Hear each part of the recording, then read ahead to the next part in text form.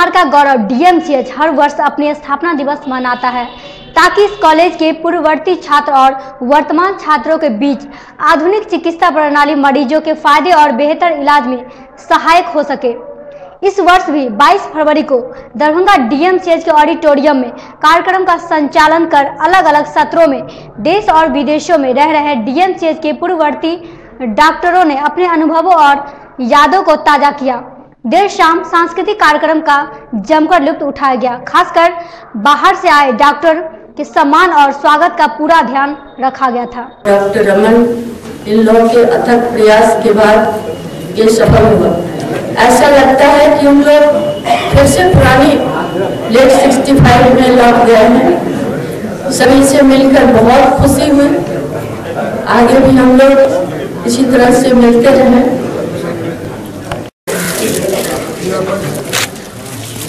Sir एक बार मेरी तरफ सर। हाँ बस थैंक यू सर।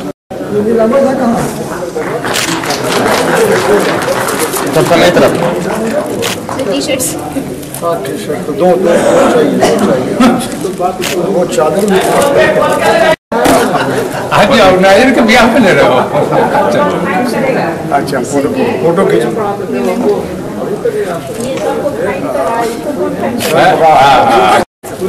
अन्य सर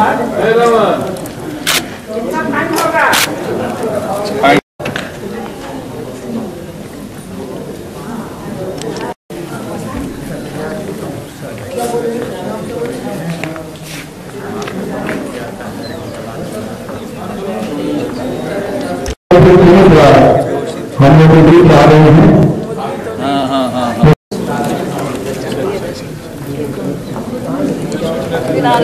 हमेशा से वैसे ही रहे। आज सही हुआ। पहले भी चॉकलेट था chocolate.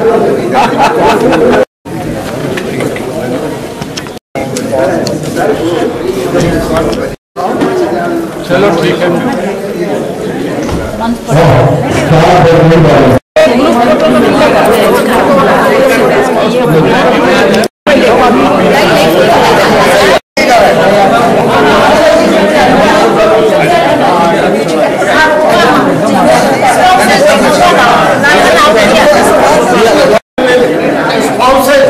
Kindly come on the stage. Please come on the stage. आइए लोग। नहीं हम नहीं खेल रहे हैं।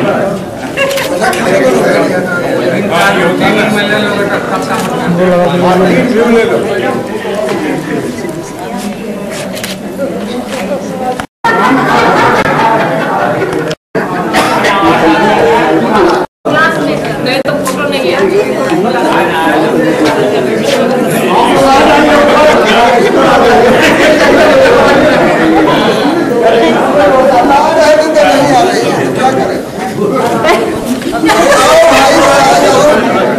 रामदेव बाबा के कुछ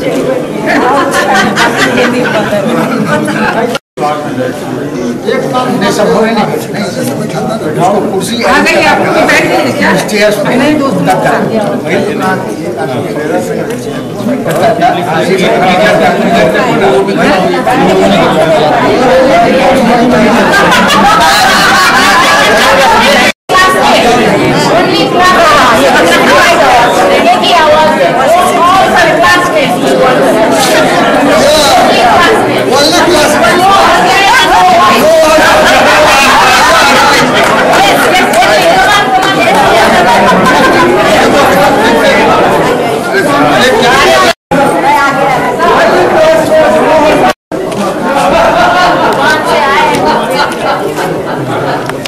ऐतिहासिक मिलन समारोह था जो काफ़ी सफल रहा। देश विदेश से बड़ी संख्या में पूर्ववर्ती छात्र थे आए यहाँ। मिलन समारोह हुआ। कई लोगों का चेहरा काफ़ी बदल चुका था और एक दूसरे को पहचानने में कठिनाई हो रही थी।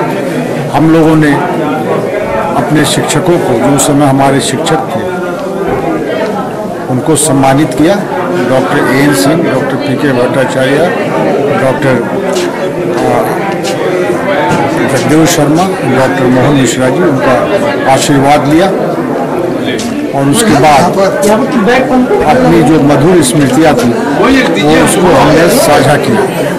बहुत ही ये अद्भुत कार्यक्रम था और सभी लोग एक एक करके मंच पर आए, उन्हें स्मृति चिन्ह दिया गया। और अभी जो कार्यक्रम है सांस्कृतिक कार्यक्रम रंगारंग गज़ल संध्या, तो उसके पहले 1965 के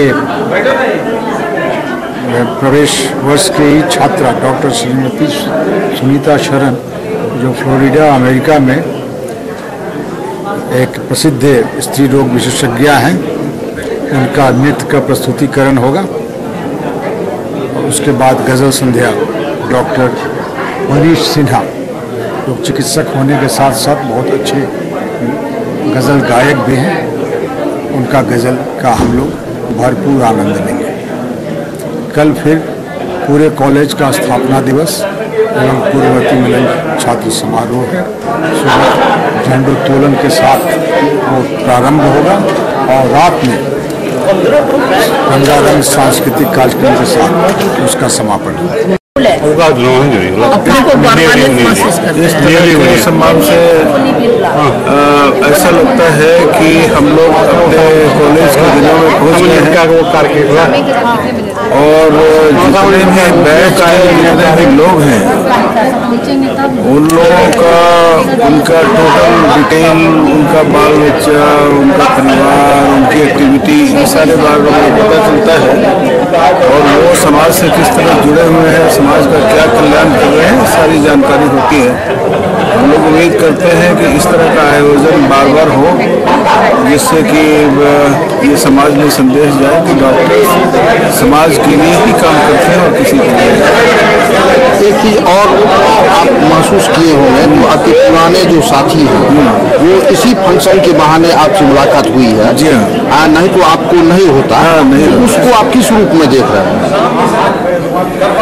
उसको तो हम लोग बहुत गौरवान्वित महसूस करते हैं हम लोग, और ये लगता है कि ऐसे केवल अकेले रहने पर समाज से कटे हुए जो मेडिकल प्रोफेशन है, मेडिकल फ्रेटर्निटी है, उससे कटे हुए कर रहते हैं। इसमें मेडिकल फ्रेटर्निटी से हम लोग बड़े जुड़ गए। क्या नाम हुआ सर आपका? डॉक्टर बी प्रसाद, डॉक्टर विनोद प्रसाद। किस फैकल्टी से है? सर्जरी फैकल्टी से। जी कहाँ पोस्टेड? पोस्टेड नहीं, रिटायर्ड है, प्रोफेसर ऑफ सर्जरी गया मेडिकल कॉलेज। अरुंधति हूँ और इस तरह के आयोजन होने चाहिए। आयोजन होने से बहुत से लोग, जब हम लोग 70 में जब पास किए हैं उसके बाद से आज ही मुलाकात हो रही है। तो ये तो एक चिकित्सा परिवार है, तो परिवार के सदस्यों से बहुत दिनों के बाद मुलाकात होने के बाद जिस तरह की अनुभूति होती है, प्रसन्नता होती है, उस तरह का महसूस हो रहा है। बहुत अच्छा लग रहा है हम लोगों को, और हम लोग चाहते हैं कि इस तरह का आयोजन हो और आगे से संभावना है कि हम लोगों के बाद वाले लोग हैं वो लोग भी इस तरह के कार्यक्रम करेंगे, जिससे सभी लोगों से मुलाकात हो, सभी लोगों को एक दूसरे के विषय में, एक दूसरे के परिवार के विषय में, बाल बच्चों के विषय में, करियर के विषय में। बहुत से लोग बाहर से आए हैं जो अपना अनुभव हम लोगों के साथ साझा किए हैं कि लोग वहाँ क्या कर रहे हैं, किस तरह की सेवा दे रहे हैं, पहले सरकार में, उसके बाद निजी क्षेत्र में। फिर हम लोगों ने भी उन लोगों के साथ साझा किया कि कैसे हम लोगों ने सरकार में अपना सेवा दिया, उसके बाद से फिर निजी क्षेत्र में सेवा दे रहे हैं। तो बहुत अच्छा लग रहा है, बहुत अच्छी अनुभूति हुई। एक चीज़ और मैम, जब पढ़ाई खत्म हुई उसके बाद आपने जनता का सेवा किया, उसमें पढ़ाई और जनता और डॉक्टर, ये तीनों के बीच में आपने क्या अंतर देखा? तीनों क्षेत्र तो तीन तरह का हो गया ना। पढ़ाई के दिनों में तो इंसान को सिर्फ पढ़ाई करना है और तो कुछ उसमें पता नहीं चलता है। उसके बाद नौकरी में आने के बाद फिर उसमें सेवा में लगे, उसके बाद दिनों दिन आदमी की अपनी जवाबदेही बढ़ती है। तो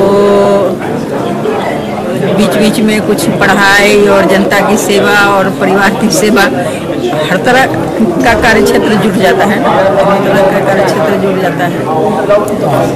चेंजेस तो होता ही है, समय समय पर परिवर्तन तो होता ही रहता है। क्या नाम हुआ आपका? अरुंधति। कहाँ पोस्टेड है? हम लोग तो सेवानिवृत्त हो चुके हैं, लेकिन वैसे मैं नवादा में रहती हूँ।